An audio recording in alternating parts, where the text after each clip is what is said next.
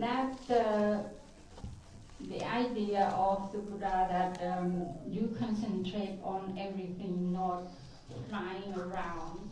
Your mind is flying out, not in the thinking, not in the kind of work that you have to do. And when your mind is flying around, you can injure yourself.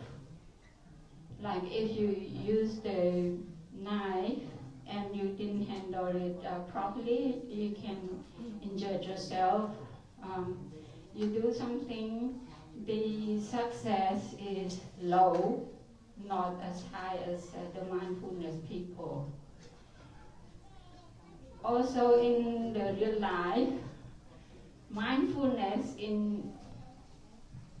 from one to another person, mindfulness from father to the daughter, to the son, to the wife, mindfulness from the wife to the husband, the son, the daughter.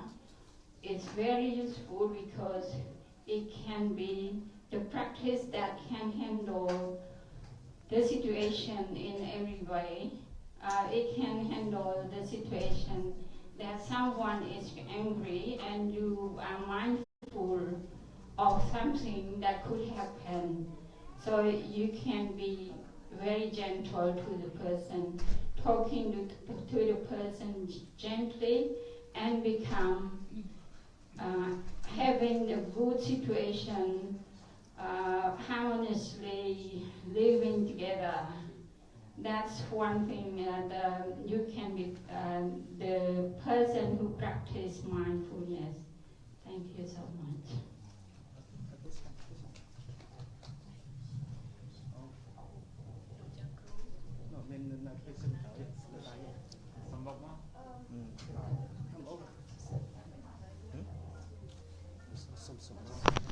Chơi mà này mà po, chơi mà này po, sát thổ po. Come over so. Chẳng su.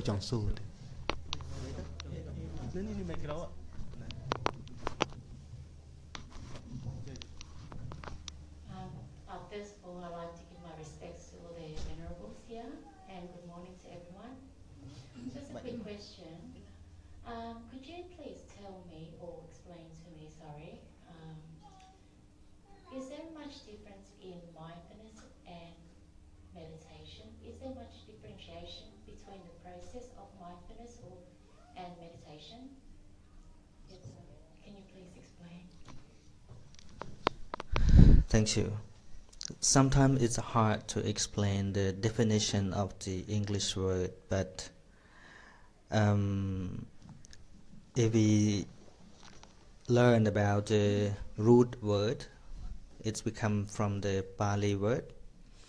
Mindfulness is sati, and meditation commonly translated from the word vipassana. But nowadays people are very confusing about the word meditation. Sometimes they use the word meditation instead of the word samadhi. Samadhi, it's kind of concentration, but sometimes people confuse. So if we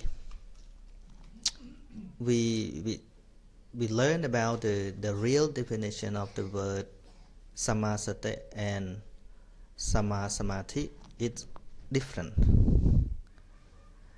Samadhi means you control your mind or concentrate on something, not allow your mind to think something bad. It's just to make your mind calm down. It is concentration. But vipassana, we become from visesena, and passat means see, but not see by your eye, but by your wisdom. See something that's special than normally. In normal life, you see think like I said at the first time, you see as the person or thing. But Vipassana, it is see the reality as it is. All things as it is. But the awareness or the mindfulness is the kind of realize thing again and again and again. So meditation that translates from the word vipassana, so sometimes it makes people confused. So that's why I want to use the root word vipassana. Vipassana means the terms of panya or wisdom that understand very, very deeply. Very deeply. So would the initial process of that be the same way? No, it's a little bit different, but when you cultivate mindfulness, it also helps wisdom happen. For example, in Satipatthana Sutra, Buddha asked people to cultivate mindfulness, but his purpose is to develop panya or wisdom. You know, that's why in Eightfold Paths are divided into 3 parts: right understanding and right thought. It's panya. The first 2 of Eightfold Paths are panya, and right speech, right action, right livelihood is moral, and the last 3 paths are called concentration. Yeah. So nowadays people always confuse the concentration and meditation. Yeah. So meditation, if it is the real meaning, if we talk about the real meaning, is panya. Panya. Yeah. It's another eyes, wisdom eye, to see the all thing as it is. Like when Gaondanya, the first disciple of Buddha, got enlightened, and then Buddha called his wisdom like Dhammacakko. Dhammacakko means eyes that see the real Dhamma. The real Dhamma. So you get some point? Okay? Okay.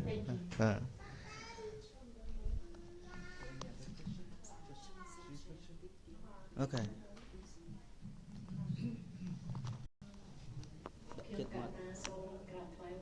In English.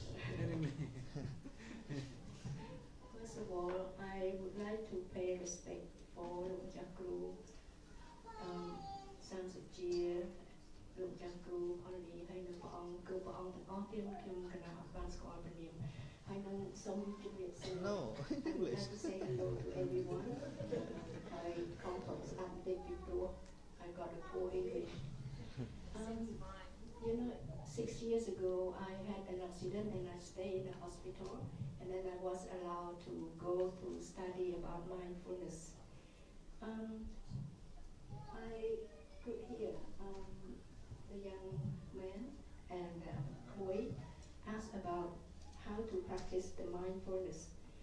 I listen a lot of Dhamma as well, but the thing I can remember only very simple and little thing.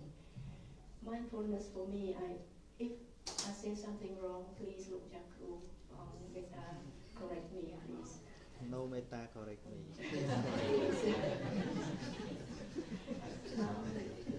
Mindfulness for me, I think if you go to work, you know that I'm going to work.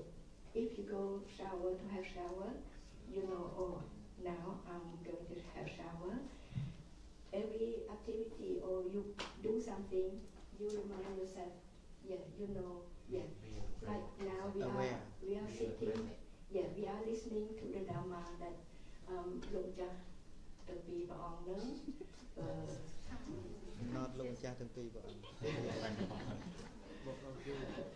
our teacher just explain. Yeah. You know, for me, I just take something easy because now I'm forgetful.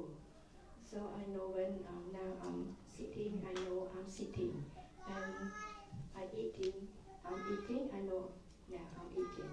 Or doing something, I just remind myself that I do something. You know, that's all I know.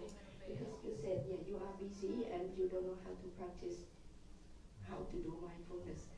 That's what I got a little idea. So Good. Yeah, I good. don't know. It's good. What you're trying to say is always. If I'm trying to trying to understand you, you're saying that whatever I do, I should stay in the present moment, reflect on what I'm doing, and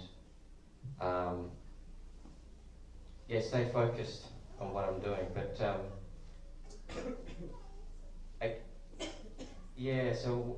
exactly. So what happened when you have so many competing interests and priorities in your life? That's all happening at the same time. Do you try and prioritize, and understand the problem and trying to solve the problem, or do you just let things go and just put yourself in a state of being calm, but just let everything else falls around you? Or do you take the approach, see things as they are, solve the first complex problem, isolate the children if that's causing the problem or they're fighting each other, and then just put yourself in the room and stay calm? How do you apply the practice? I'm sure you can. I'm sure you can, but how do you apply that practice in? Yeah. Can I help you with that? Yeah, sure. Yes, yeah, please. Because I learned mindfulness, and then I started using it in my life because I've had small children once, and believe me, when they get older, they're not easier.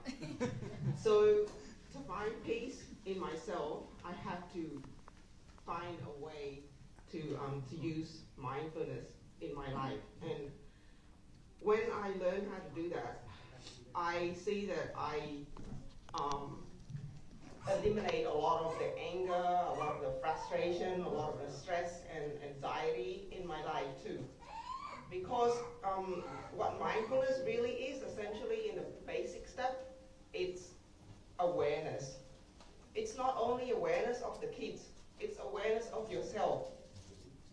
So when you're busy, you say, okay, this is not my good state of mind to handle this part. So sometimes you have to convey it in that little moment when the kid's not behaving well. You use compassion, and to see what the kid is going through. So you say, okay, he's playing up, okay, she's playing up. So you say, well, look, I feel really sorry for my kid because the kid could have had a bad day too, okay? And the kid could have had, who knows what happened to them from the day. So you as a parent, your compassion comes flowing out for your kids. If you don't feel that compassion for your kids, that's where it goes wrong, because you are angry too, they're angry too, and that's where it's clashing. So with mindfulness, it's about awareness. So awareness of yourself too, of your state of yourself, and awareness of your kid too. That's an example I can give. And it's applying for the same thing at work as well. So I used to have a lot of problems at work because it was about it was about me a lot. At the state that you are in life at the moment, the ego is very big, the I is very big. Believe me, I was in your state too. You want to achieve something, you want to keep your family together, you want, higher pay, the pay of your house. It's all about I. But when you start to be aware of that and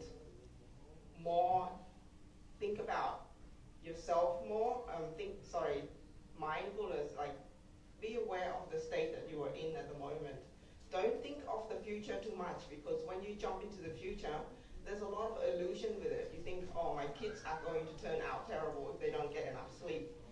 And that's illusion. They might not turn out to be horrible because one night lack of sleep. They might not. So then it's not seeing reality. You're seeing the future that might not happen. And then you get carry off into the wrong mindfulness, basically. That's how I see it, that's how I apply it into my life, where I see myself drifting off into the illusion part of life. I bring myself back into reality, and then bring myself back into reality, and then see things as they are, and apply compassion into what action I'm going to take. It's a lot better. Thank you. Thank you very much for your sharing. Now I give you a very simple example. You raised the question that the just don't care with the kids and just try to see things as it is. It's not like that. The same thing as when you drive a car. You have always know what you are doing when you drive a car. Natural instinct. Yeah. It doesn't mean that, oh, just it is like this, like that, and then you close your eye and then you let the car go by itself. No, not like that. But when you drive, you cannot look anywhere that very far away from you. You just focus on the direction that you are driving to, but not very far, around 50 or 100 meters. So, and then, yeah, the law of traffic, they don't allow you to talk telephone or to do something that can you lose your mind. Yeah, out of control. Yeah. To see things as really is mean you see the real problem. Yeah. If you go with anger or with angriness, you will do something wrong. Yeah. It is the way that you need a bit patient with that. Because what you're saying is exactly right. Because if you lose your mind, Mm-hmm. there's no point going to help somebody. Yeah. You're trying to solve a problem. Yeah. Solving problem is the duty of wisdom, of your knowledge, not anger. Anger cannot solve a problem. Yeah, that's it. Just one simple question. We're talking about mindfulness, which is wonderful, thank you. But how about being compassionate? How can we be more compassionate every day?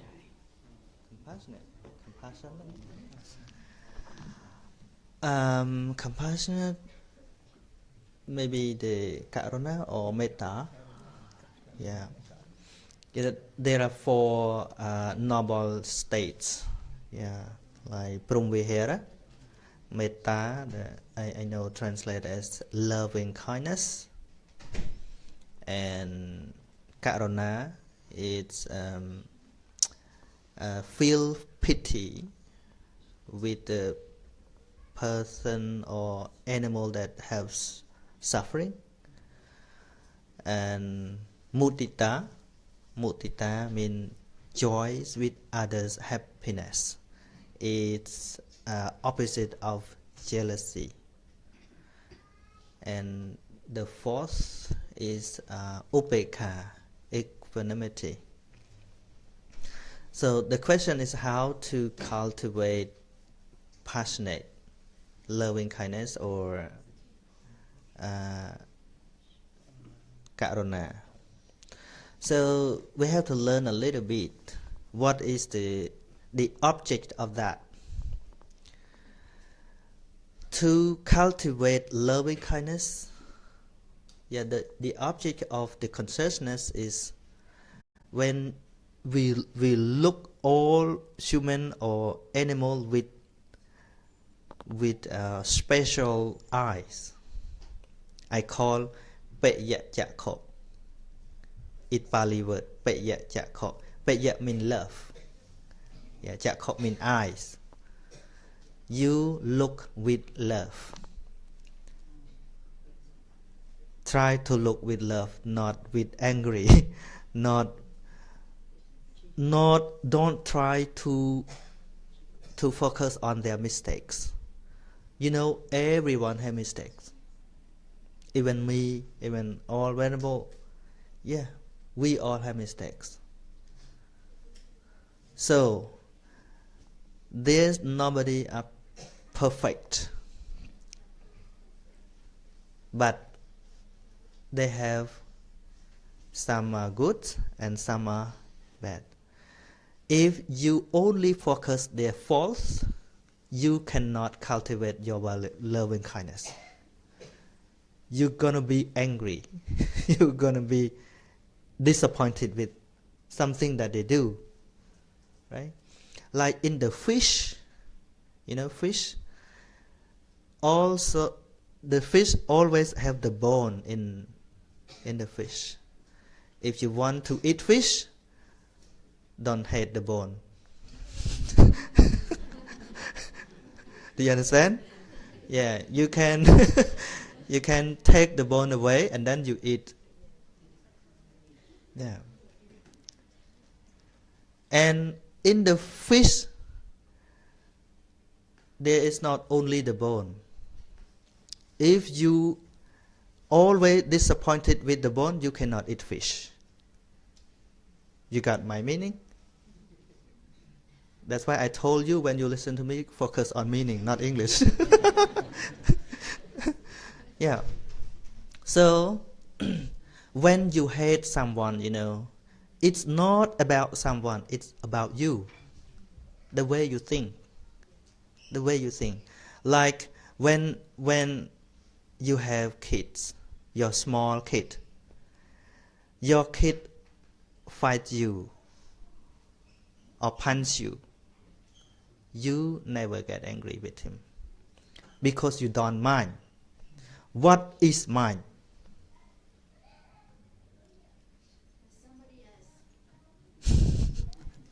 What is mine?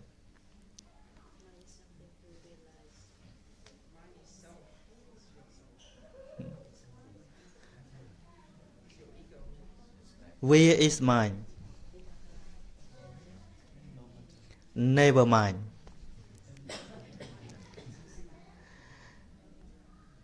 So, hatred or something that happened in your mind, it's not about other people. That's why I say the word Peya Chakho. You can remember this word Peya Chakho. Peya Chakho. Can you repeat it? Peya Chakho. Yeah, when you look all people with love. With love. But it is not love with attachment. It's not the love with attachment. Love, it's kind of true love. In your mind, you always want to give them happiness. Love that we call true love never take you into trouble with that. But love with attachment, you always get trouble.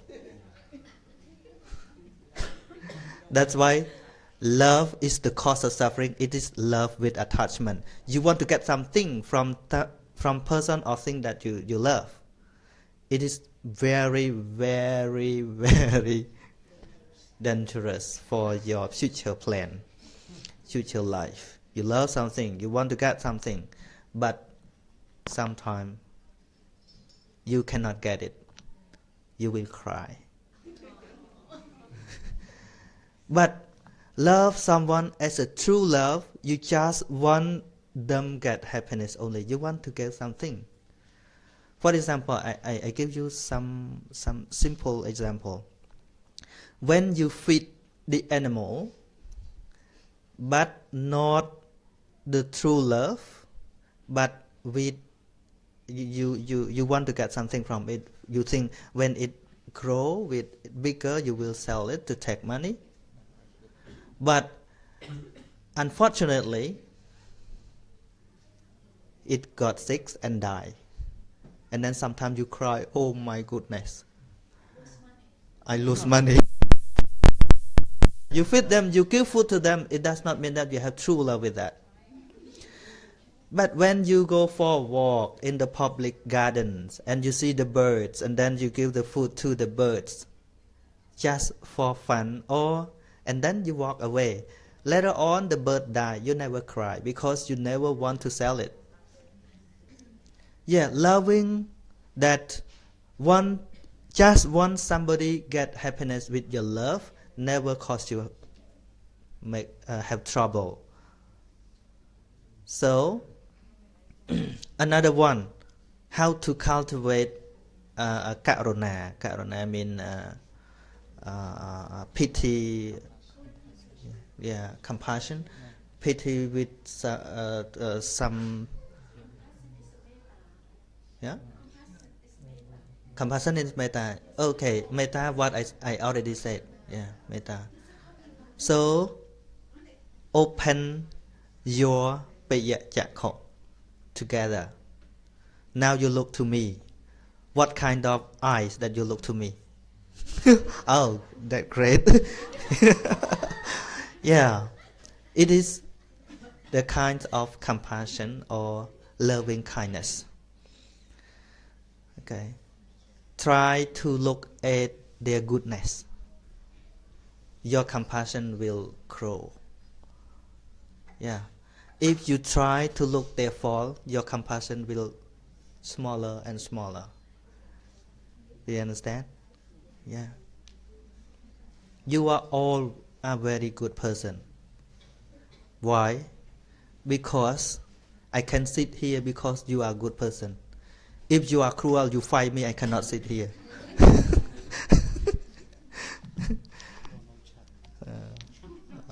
Đòi mong chăn này.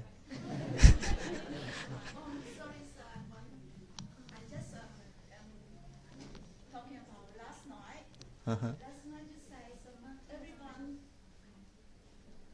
not 100% perfect. So you see everyone over here is very good person. Very good, but not the best. Remember the last night, another one. Yeah, very good. You say no, people not 100%. But somebody just sit down and smiling, but something inside. Yeah. You see that the eye, like a relationship looking, focus, but not mean, like, what I don't understand, but just show outside. Okay. Yeah. Yeah, but sometimes you have to give them a good value, Yeah, when you smile to somebody, they smile at you too. When you express your face with angriness, they cannot smile at you, Yes. Yeah, inside only themselves that know clearly. Yeah, you yourself know yourself. Yeah. Yes. Yeah, we express with eyes, with body, with speech, and with action. Yeah, you are right. However, you are good, or very good, because you allow me to talk. Okay, that's all for today. Thank you for coming. And thank you for your patience to listen my English. Thank you for and thank you for everyone coming discussion my talk. I hope you enjoy this morning and particular with Palaka. Thank you for Palaka. We have time limit for one time. Sorry, and we hope another time. You coming this afternoon? for the raising money for the Cambodia vision. Yeah.